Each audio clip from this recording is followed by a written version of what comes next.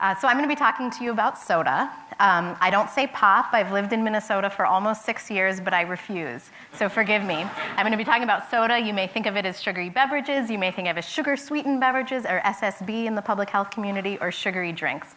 Regardless, we know this stuff is bad, right? There's a lot of public health research that links the consumption of sugary drinks to various negative health outcomes, from diabetes to cardiovascular disease to cancer to bad nutrition, et cetera. We also know that Americans drink it a lot. And so the public health community is going to have to face this battle between changing the public's hearts and minds about a beverage and a product that they feel really good about, because there's been 100 years of marketing that precedes our efforts to change the conversation about big soda, where soda or Coca-Cola or the other brands are part of a cultural narrative that's positive, that's warm, and that's fuzzy. And we in public health are trying to change that.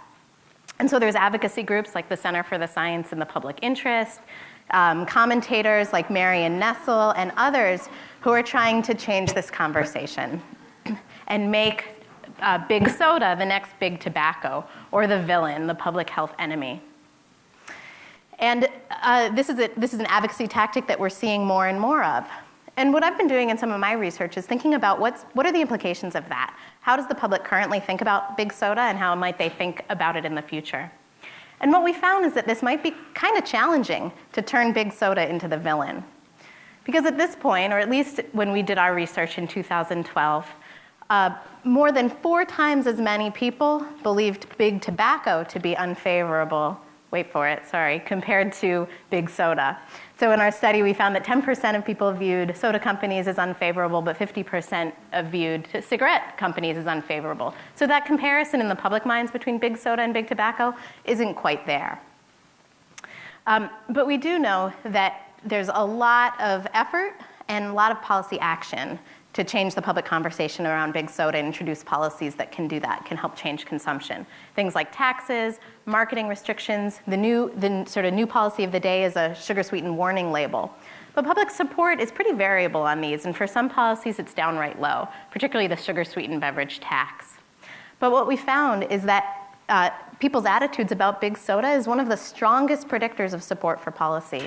So people who have a negative view about big soda are more than 40 percentage points more likely to support these policies than people who have a more warm and fuzzy view about Coca-Cola and their allies out there. And advocacy groups know this, right? So they know this. What I've found in my data, they already knew this intuitively. So you can see in one of the campaigns for a sugar-sweetened beverage tax in Berkeley, they called it Berkeley versus big soda, to try to make big soda the enemy and try to make that the message and not the public health consequences of soda. I think the underlying model is that if we can change public attitudes about big soda, you can increase more support for soda regulations, and change the policy debate, have more policies be implemented, and subsequently change behavior. And advocates are introducing these policies around the country, things like warning labels, sugary drink taxes, and kids' meals restrictions. But the problem with this is that public health is not the only voice out there. Quite the contrary. In each of these jurisdictions that has considered one of these regulatory strategies, we've seen the voice of big soda rise up. Don't let bureaucrats tell you what size beverage to buy. So public health is in competition with a voice that's louder, has a stronger history behind it, and has more money to spend. In spite of this, we've seen attitudinal and behavioral change already.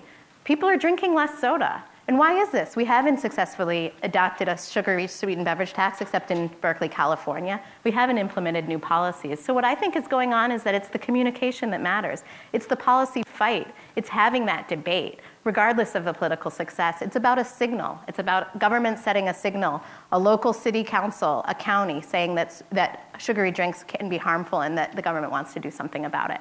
So maybe it's not the policy implementation that's going to improve public health, but having that debate, changing the public discourse about big soda, which is going to increase or decrease people's consumption of sugary drinks and improve public health in the future. So I want to acknowledge some of this came from an empirical study that was published in 2014. My co-authors on that were Colleen Berry and Jeff Niederdeppy. And I also want to acknowledge the sugary drink work group I have going on here at the University of Minnesota with my collaborators, with funding from Healthy Food, Healthy Lives Institute, the Obesity Prevention Center, and Robert Wood Johnson Foundation. Thank you.